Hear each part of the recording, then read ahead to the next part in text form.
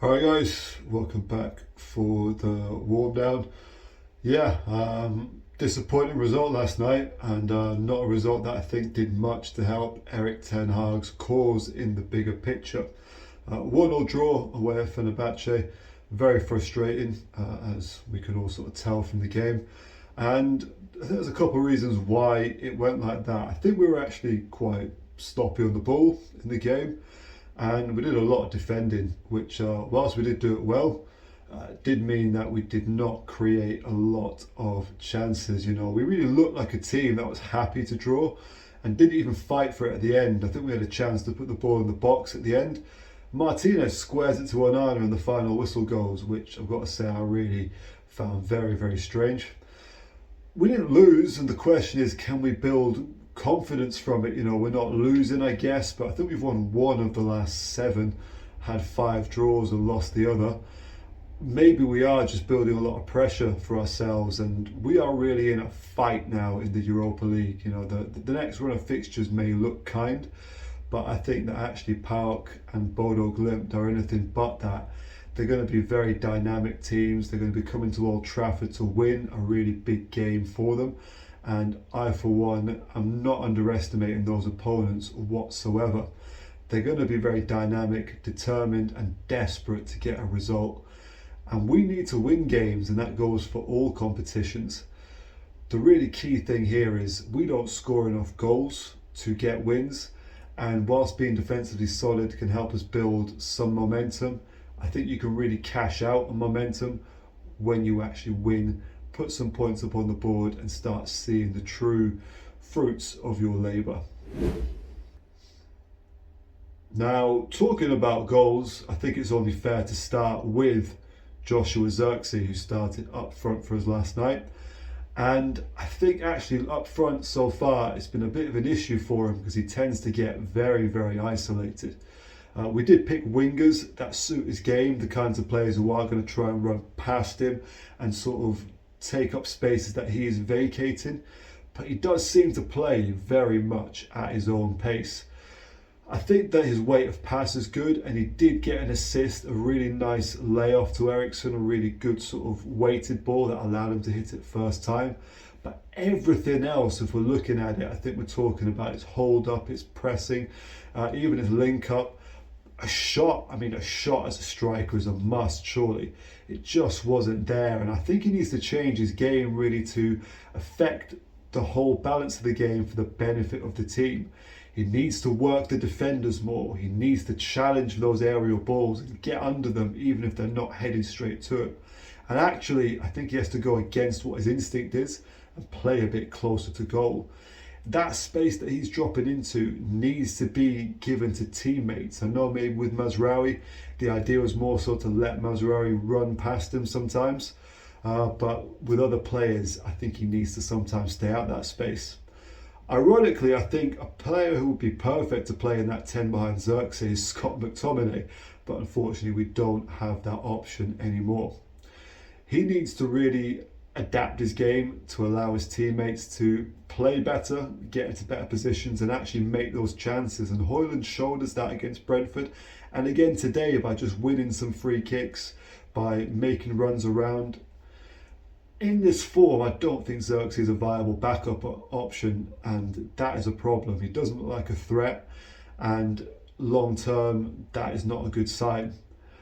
Thinking back to when we did sign him, Thiago Motta, who managed him at Bologna, said he was a bit like Ronaldinho, and I didn't really see the comparisons whatsoever, Ronaldinho being such a flashy, spectacular and productive player. But I think what it is Zirkzee kind of plays in his own world. He plays at his own pace, he does his own thing, and he can't keep doing that for the benefit of this team.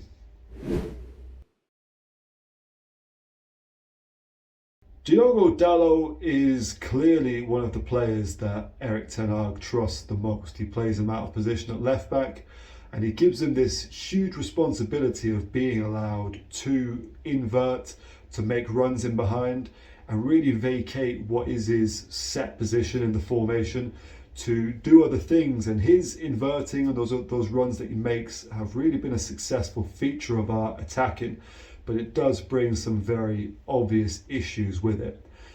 he is being found well out of position, yes, by instruction, and that brings a lot of risk. And I think he has to choose a lot more carefully when he does push forward, and sometimes actually say, you know what, I'm going to just be a right back for 10 minutes, let other attacking players get there. It's really, I think, hampering us in terms of our attacking play when he is popping up in these positions and you have to cover for him.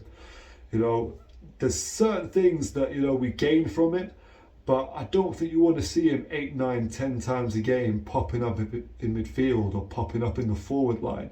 I don't think that benefits the players around him who are already struggling for form. He's also finding it difficult to get back, and when his matchup is Alan St-Maximin, who loves to carry the ball, he was finding it far too easy to get towards the box, because the one thing Diogo Dalot doesn't want to do is let him run past him because he can't recover to sprint and get there. There are times you just have to be a right back and just a right back, as is in its traditional sense. And I don't think he's been getting that balance right this season. And I think that is another reason why our attacking play, whilst gaining something, is also losing quite a bit at the same time. This was a big game for Manuel Ugarte, and I would say overall, just in a simple comment, he played well. We definitely saw his strengths for the goal when he won possession, and he played a lovely, lovely way to pass that set us on the attack. And if you watch a highlight reel of Ugarte, that is kind of the standout thing in an attacking sense. His defensive qualities are clear, he's very busy, he had a goal line clearance, and I think some of the positions he takes up definitely force teams to go out wide and do stop us getting attacked through the centre of the pitch, which was happening far too often last season. I think this was the type of game that suited him, and I want to give him some credit on that, because it's not an easy stadium to play in, and you have to really own up and have the personality to play there in a team that is struggling and with 50,000 people whistling every single thing that you do. On the attacking sense, in regards to how it helps us score, he is very safe on the ball. I think that is okay, but with a few caveats. He also showed a few poor choices in giving away some cheap free kicks, because he is so busy, he storms into things and he's always trying to make an impact. And I've said this a few weeks ago, I don't think defending is about making a big splash or a big impact. It's about getting it right, minimising risks, and really big tackles should only be happening a few times a game. At 1-1, I think that cost us, it killed the momentum. And I'm really not sure how you can harness his tenacity into something that can be productive in a team going for trophies in European places, playing in the Premier League.